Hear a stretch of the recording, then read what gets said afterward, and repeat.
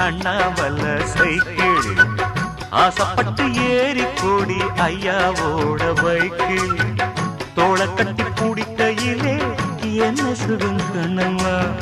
இந்த சுகம் எதில் இருக்கு இன்னும் கொஞ்சம் போவோமா அடடா பழகி கிடந்த பழைய நினப்புல ரெக்க கட்டி